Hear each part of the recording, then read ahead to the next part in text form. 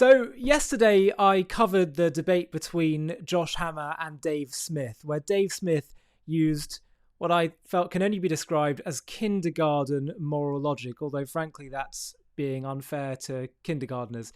Dave Smith's view that if Hamas hide behind human shields, no matter how disgraceful and barbaric their act could be towards Israel, that gave them immunity. And as he said, you have to figure it out, bro.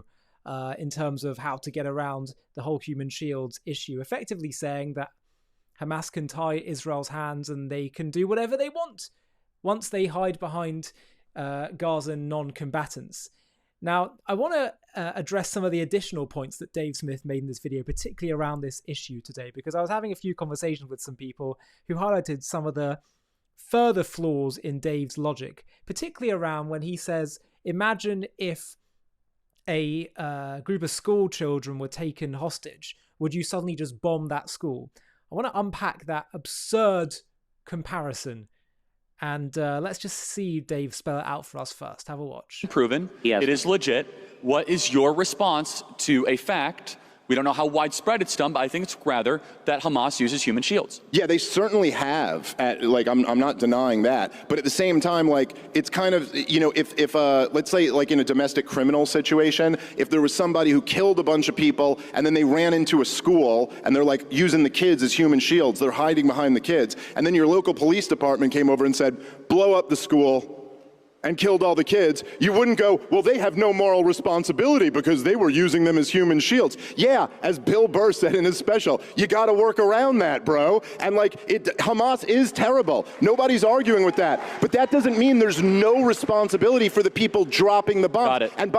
Now, I was saying yesterday, by the way, that is so unbelievably offensive when Israel has shown more surgical precision going after Hamas, when they've laid down 100 of their soldiers' lives, hundreds more wounded for life. I'm talking about losing legs, arms, in order to limit non-combatant casualties on the ground in Gaza. And for Dave to dismiss what Israel's done when it's cost our people our lives, when they're fighting among a enemy territory where the vast majority of the people there supported what Hamas did on October 7th. Their views might be shifting now, but not because they suddenly love Israel, but because they're seeing that Hamas are losing. But I wanted to get into this analogy a bit more.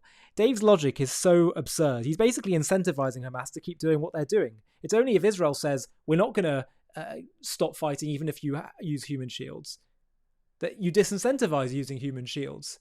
You're just going to have more death and destruction if you say, well, there's nothing we can do, or you've got to figure it out, bro, as he said. Someone said, I think in the comments section, I never went to Dave Smith's school of figuring it out, bro.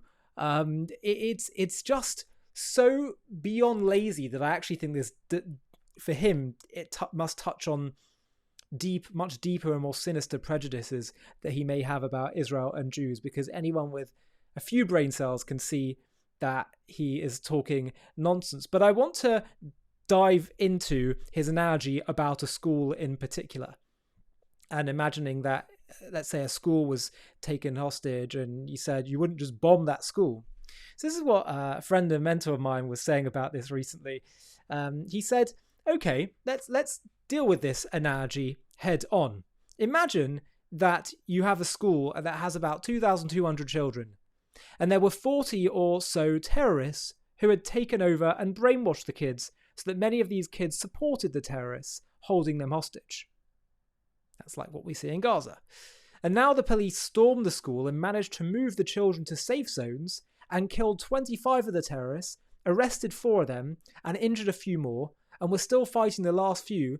And suppose in the crossfire, let's say 20 kids were killed, but 2,200 were saved. Would you accuse the police of being indiscriminate? You would say they are in the most complex operation and for the most part doing an excellent job. You would say it is a miracle they've managed to keep so many alive. So Dave's analogy is an epic failure and demonstrates just how sick his ilk are. Again, don't underestimate what Israel's done here in Gaza. Their surgical precision is absolutely corresponds to the analogy that this person gave.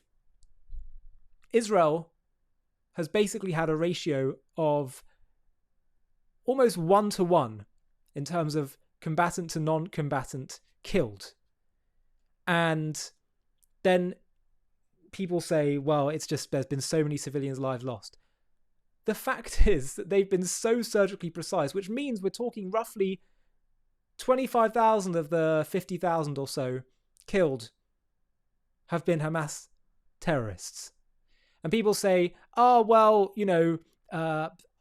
we can't trust the IDF figures. Actually, there are at least 2 times the IDF gave figures in this war that ended up being confirmed by other sources, American, Hamas, and also in previous wars, the IDF's claims on Hamas numbers they've killed have turned out to be accurate because they have intelligence on these Hamas fighters that they're trying to kill. And so the vast majority of the Gazan population have not been killed or harmed in this in Israel's offensive in Gaza. And so people treating the most surgically precise military operation in the history of urban warfare as a genocide, as like you're just bombing the school, is just frankly a disgrace, given what Israel's had to put on the line, given what Israel sacrificed in order to be this surgically precise. Now, what if someone were to say, well, would Israel be acting like the way they have done if terrorists were embedded among Israeli but not Gazan civilians? Well, we know the answer, as my friend and mentor said to me as well on this point. He said, we saw this with the Iraqi government, who went to rescue 400,000 people living in Mosul being controlled by 4,000 ISIS fighters. The Iraqi army was fully backed, equipped and supported by Western armies who provided full air support and command assistance and intelligence, etc. The result, it took 2 years and ended up flattening 70% of Mosul. And they eventually managed to get rid of ISIS, all 4,000 of them. No one knows how many civilians died, and there are different official estimates, but the most accurate estimate is probably the Kurdish intelligence services who were on the ground fighting against ISIS, and their estimate is that 40,000 died, meaning 36,000 civilians. So they succeeded in rescuing 90%, but they lost 10% of the civilians.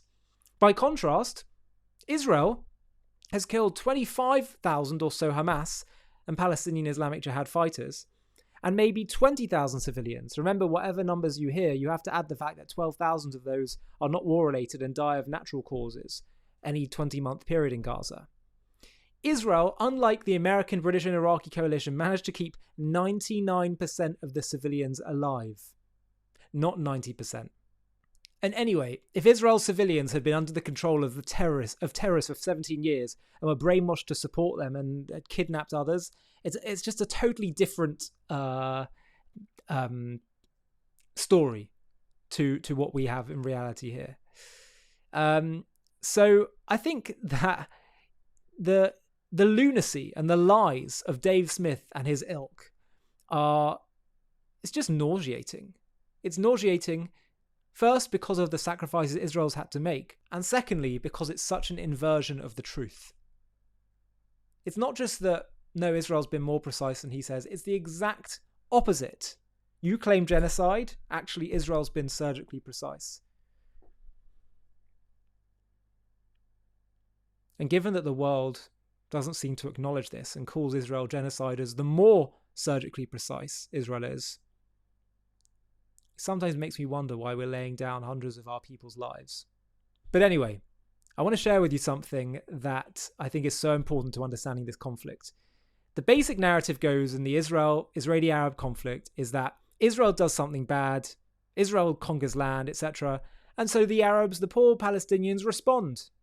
But actually the cause and effect is the other way around. And it always has been in every conflict we talk about and in the broader context of this whole story of Israel's re-establishment. You start off with the Arab hostility to Jews, Arab and Islamic anti-Semitism. And that's at the root of this. And the proof is that it existed way before Israel's establishment. And we've just launched on our new JTV Plus streaming platform a documentary called Arab Anti-Semitism Before Israel's Re-establishment. and I want to show you the trailer now, and if you're interested, you can click on the link below in the video description to watch the full thing. Picture yourself. It's 1834, and you're a Jew living in Svat, which is a northern city in Israel, then under the Ottoman Empire. Your family is part of this ancient city's spiritual heart for generations. You study Torah, you trade in the market, and live quietly among your Arab neighbours. But one day, a mob storms your street, shouting, "Kill the Jews!" Your home is looted, your synagogue burned, your loved ones beaten. This isn't about Israel. Israel won't exist for 114 years. This isn't about settlements, the IDF, or the 1948 displacements. This is raw, violent hatred aimed at you for being a Jew. And it's not just in Palestine, it's part of a centuries-old story of anti-Semitism woven into Arab and Islamic history, from the dawn of Islam to the streets of Hebron. The claim that this conflict began with Israel's creation, the Nakba, or modern policies, is a farce, a distortion that collapses under history's magnifying glass. Welcome to JTV+. I'm Ollie Annisfeld, and today we're uncovering a history too often buried, the relentless anti-Semitism among Arabs in Palestine before 1948, rooted in a broader Arab and Muslim hostility that began with Islam's inception in the 7th century.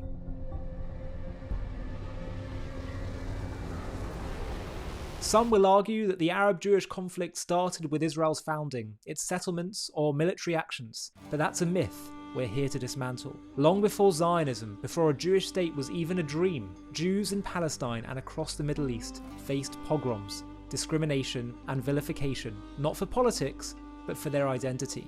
We'll dive deep into this story, from Muhammad's Medina to the blood-soaked alleys of 1929 Hebron, to show that hatred wasn't born in the re-establishment of Israel. It was burning for centuries, in the region called Palestine and beyond.